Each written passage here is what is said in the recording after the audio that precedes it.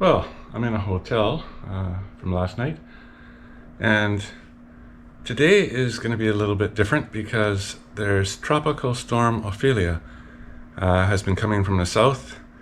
It was in North Carolina, and it's coming up, and today it will be over New Jersey, and I'm heading for New Jersey today. Now, it's supposed to be a tropical depression by the time it gets to New Jersey, and it looks like it's kind of spent. But there's going to be a lot of rain, and there could be some coastal flooding and some tidal surges. So I'll have to be on the lookout for that. But I was wondering about whether to change my plans and go in a slightly different direction. But basically, these storms are so big, it covers the whole area. So everywhere that I would be trying to go is going to be impacted by it. So I think the thing to do is to just carry on, and if I see trouble, avoid it and see what's what. So could be an interesting day today.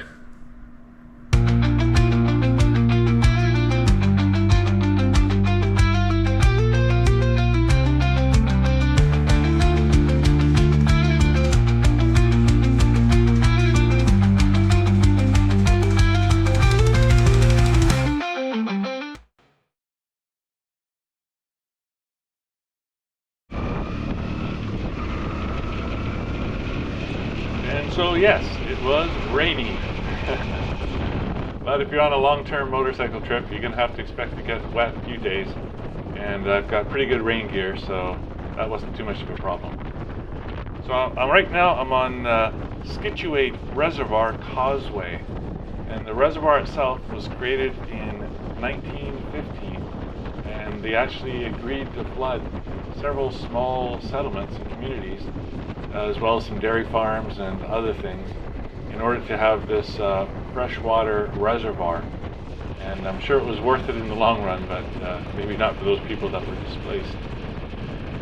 I was out this part to ride this road, the Rhode Island 14. This was considered the best motorcycle road in Rhode Island. Well, it was certainly pleasant, but not particularly spectacular.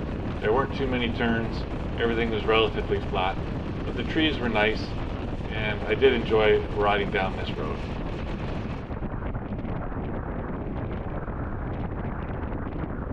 Of course, the real advantage is I made it all the way into Connecticut using this sort of back road.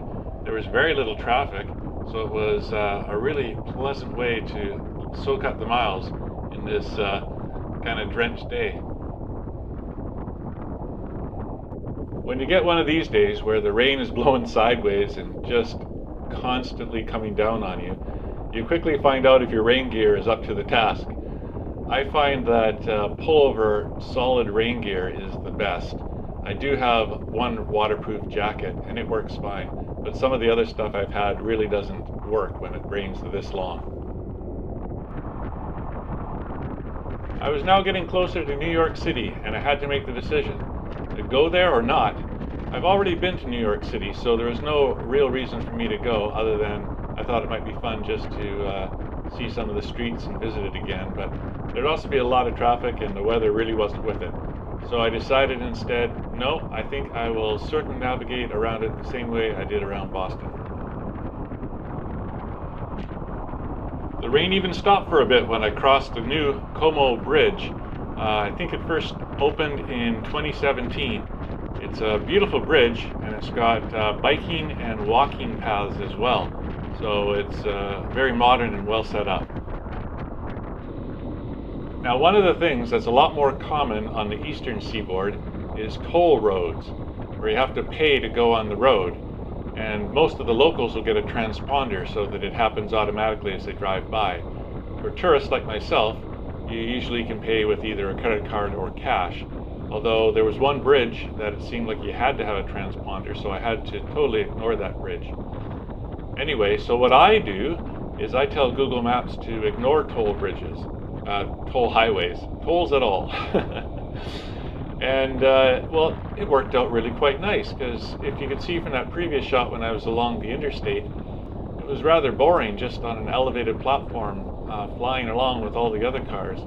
But there are some nice roads out here. such as this one. And in fact, I'm crossing into New Jersey as we speak.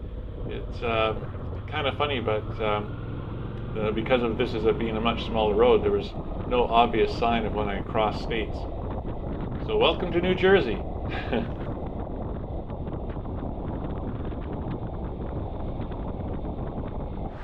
At this point, it's 1:30 in the afternoon, and Google says I'm just over 2 hours away from my destination at Toms River. So I'm feeling pretty good, although I do know that I'll be heading into the heart of the storm again, and so I'm expecting a lot more rain. Speaking of rainwear, gloves are always a bit of a problem. These are waterproof gloves that I'm putting back on, but they're actually soaked on the outside. The waterproof membrane keeps the water out, but I find that my hands tend to sweat on the inside, so I'm getting a bit wet anyway. Gloves and boots, those seem to be the weak points. Luckily, the boots that I have on this trip were absolutely fabulous. No leaking at all, not even getting in from the top, because my pants, luckily, were long enough for my long legs and funneled the water away from my boots.